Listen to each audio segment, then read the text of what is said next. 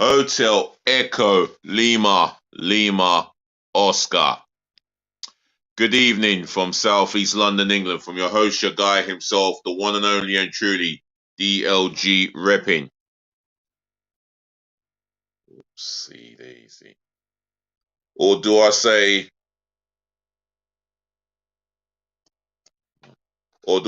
good morning to you guys? Are you having breakfast with the children? Or you're out for a jog? Or could you be still in bed sleeping? Or allow me to say good afternoon to you guys. You could be out doing some shopping. Would you be in the gym? Or allow me to say good night and rest well, yeah? Other than that, welcome to another football related content from myself, your host, your guy himself, the one and only and truly DLG repping. Otherwise short for Delhi London Guna, space Romeo Echo Papa Indigo November. And before I get into the headlines, just do me a favor and show me love, joy, and respect by smashing the thumbs up like button for me, yeah? Doing that in abundance, that would be so really appreciated, yeah? Share this channel all over the globe, all over the globe virally, especially amongst your friends and your relatives. And if you're watching me for the first time ever, whether on this live stream or watching me in general, then listen, welcome on board. You're more than welcome to view this channel, yeah? But just share this channel amongst your friends and your relatives and tell them to share it amongst their friends and relatives, yeah?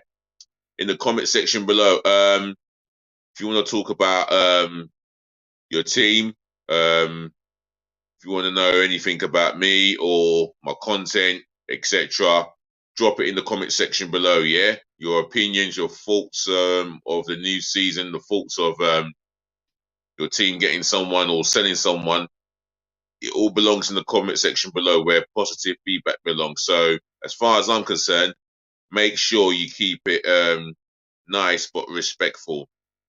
Lastly, get subscribing to the channel, yeah? Smash the subscribe button for me, left, right, and center. Gloriously but passionately, yeah? I want to see as many subscribers as humanly possible, yeah? This is the road to 1,000, but for me, it's over 1,000 subscribers and beyond. So get subscribing. Remember, if you do subscribe, yeah, I always shout you out with love, yeah? Especially new subscribers. So get subscribing to the channel, yeah? And I would love to hear from you in the comment section below as well. So smash that sub button for me, left, right, and center, gloriously but passionately. So the first bit of headline I'm going to kick off with is Tottenham Hotspur, yeah, our next door neighbours, because they have appointed Ange Postecoglou, who is I think he's a Romanian management. He's from Romania, ex-Celtic manager. Now he's now Tottenham's new head coach on a 4-year contract. He previously won back-to-back Scottish Premier League titles in his 2 seasons in charge. I don't know much about the players he worked with at Celtic, but Daniel Levy has obviously said that he's delighted to have him on board, and he possibly comes in to the job bringing a wealth of experience and knowledge. So let's just read about it here. Written in yellow writing, Tottenham name Postecoglou as new head coach. Tottenham Hotspur have appointed Ange Postecoglou as their new manager on a 4-year contract. The 57-year-old leaves Celtic after winning successive Scottish Premier League titles in his 2 seasons in charge. Well, he obviously ran away with it this season. There was no way Rangers could get near them. Rangers might have beaten them in the league this season. I don't know how many times, maybe once in the league, but Celtic were always in dominant control from the get-go. He's Spurs' 4th permanent manager since Mauricio Pochettino led them to the Champions League final in 2018-19 season, following Jose Mourinho, Nuno Espirito Santo, and Antonio Conte. It's been said here by Daniel Levy here. We are excited to have Angie join us, said Tottenham chairman Daniel Levy. Now, what happens? I mean, the team that he had at Celtic, obviously the players respect him. Obviously, the players are gutted that he's left. And another thing, will the Tottenham players respect him the same way the Celtic players respected him? Will he win that dressing room over? It's only a matter of time. He's not a household name as big as Mourinho or Antonio Conte. We get that. He is tasked with expectation to get them into the top four. If there's any Spurs fans out there that want to tell me about this guy, then leave it in the comment section below. But moving on, because I'm moving on to a bit of transfer here. And this is about Gary McAllister. Sorry, Alexis McAllister. Written in yellow writing as the head title, Brighton's McAllister set for Liverpool Medical. Brighton's Alexis McAllister is set to make a 55 million move to Liverpool after the Seagulls gave permission for the midfielder to have a medical. The Argentina playmaker played a key role as Brighton finished sixth in the Premier League last season to qualify for Europe for the first time. Well, he was absolutely magnificent. He was brilliant last season. I've really rated this highly. Number 8, can play number 10. I really rate this guy. Helped Argentina to triumph in the World Cup as well. So he brought a brand of quality as well as experience. The 24-year-old also helped his country win the World Cup in December, as I've already just said. Liverpool need to add to their midfield with James Milner, Naby Keita, Alex Oxlade-Chamberlain leaving this summer. So that will make way for other new recruits. And the wages that them three are on together, well, that will free up some wages. That has to be said. So let's get into the gossip column, shall we? Well, according to Bill, Manchester City's Ilkay Gundogan could return to Borussia Dortmund this summer as Barcelona cannot afford to pay the out-of-contract Germany midfielder's wages. So what makes you think Borussia Dortmund will be able to pay his wages then? I've forgotten. Barcelona are low in finances. And Gundogan at 32 could make a shock return to Borussia Dortmund, based on the fact that Barcelona won't be able to pay the contract that he's asking for. So maybe Borussia Dortmund could pay closer to what he wants. We shall see. I think he will be leaving the club in this transfer window. Man City fans, where do you expect Ilkay Gundogan to be? So I don't want him at Arsenal. Nothing personal. I just don't feel that we should purchase another Manchester City player or this particular player at the business end of his career. Barcelona have tried to persuade Gundogan by extending their contract offer to 3 years with reduced wages, while Arsenal have offered a 2-year deal, and a lucrative proposal is also expected from a Saudi club. Wow. He is high in demands and based on his wages, and he's got to look after the agent as well. This is coming from Sport here. Real Madrid's first bid for Harry Kane will be for 80 million euros, which is 69 million pounds British money. But what Tottenham have initially valued the England striker at 120 million euros, which is 103 million pounds in British money. Well, Daniel Levy could persuade them to. Well, Daniel Levy will stand by that, and even if Tottenham get 103 million, it's going to be beneficial to the new head coach. Tottenham will back incoming manager Ange Postecoglou with funds to rival Newcastle for Leicester City's midfielder James Maddison. And target Brentford Spain goalkeeper David Raya and Wolves English defender Max Kilman. But obviously, Tottenham are going to want to strengthen with that 103 million, and that frees up. Well, Harry Kane's wages at Tottenham is not that great a deal, but that will obviously free up wages for new players. Paris Saint-Germain have beaten Chelsea to the signing of Uruguay midfielder Manuel Ugarte. Yes, I heard about this from Sporting Lisbon.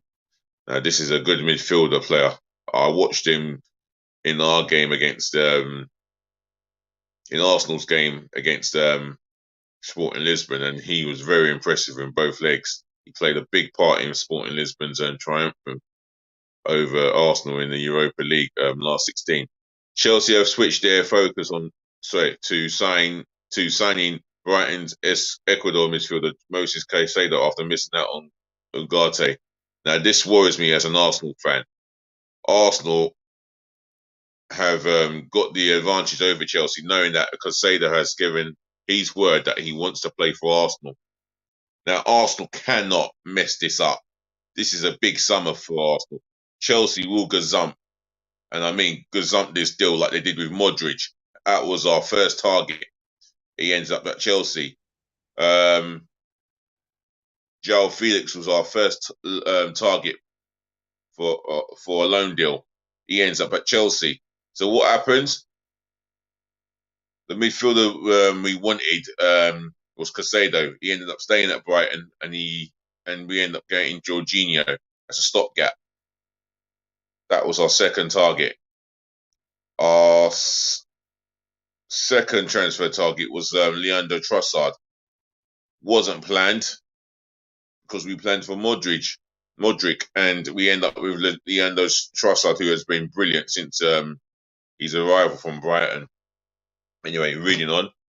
According to the Express here, Chelsea have also revived their interest in Southampton's Belgian midfielder Romeo Lavia, and the former Blues forward Eden Hazard has had a role in the prospective move. I'll tell you what, this guy has got a complete future in the game. I've watched him a number of times, maybe more than several times, and I'll tell you what, he's got all the attributes to be a top-class midfield player. He's tall, strong, mobile. He's got everything to succeed in the Premier League for sure. Alexis McAllister will sign for Liverpool from Brighton, subject to a medical, with the Argentina midfielder 24 understood to have agreed a 5-year contract. Well, that's personal terms agreed then. 5-year contract with 90,000 a week. All that he needs to do is succeed in his medical, and he will become a Liverpool player within the next 48 hours. It seems like it will be 48 hours, but it could be a little bit longer. Atletico Madrid have inquired about a possible move for Wilfred Zaha. Wow. Zaha in Spain with Atletico Madrid. The Ivory Coast forward 30 will become a free agent if he decides not to accept a new contract at Crystal Palace. This is coming from the Mail. Who's writing that story up? And besides, well, I don't know if he wants to spend the rest of his football career in Spain. I feel that he can still do a job for us personally, but at 30 years of age, maybe another stopgap. Liverpool would be willing to pay Barcelona 35 million euros to sign Ivory Coast midfielder Frank Kessie. Now, I'll tell you what, if they get him, that is a top-class signing. That is a very good signing for Liverpool if they can convince him to sign on a good long-term deal based on personal, what's that word I'm looking for? Personal terms. They can convince him to join Liverpool. That will be a good signing for them. Tottenham have contacted Everton over a potential summer move for England goalkeeper Jordan Pickford, but could be put off by the asking price for the 29-year-old who is under contract to 2027. Right, according to the Athletic here, Aston Villa have joined the race to sign free agent Yuri Tielemans after the Belgian midfielder's departure from Leicester. Yes, obviously he's a free agent. Just been relegated with Leicester City, but he is a quality number 8. But I think Arsenal were heavily linked with the guy to the point where they were favourites, but I think Arsenal washed their hands with him. So it is Aston Villa who have joined the race. But who else is after him? Leicester City fans? You care to comment? Portugal goalkeeper Diego Costa has called talk linking him with a summer move from Porto to Manchester United. This is coming from the Mill here. So much gossip going on, especially in this up and coming transfer window. N'Golo Kante remains open to staying at Chelsea, but the France midfielder is yet to agree a new deal, and Saudi clubs Al Ittihad and Al Nassr are interested in signing him this summer. This is a story coming from Fabrizio Romano, very reliable source he is. He is worth listening to. Always on point with transfers.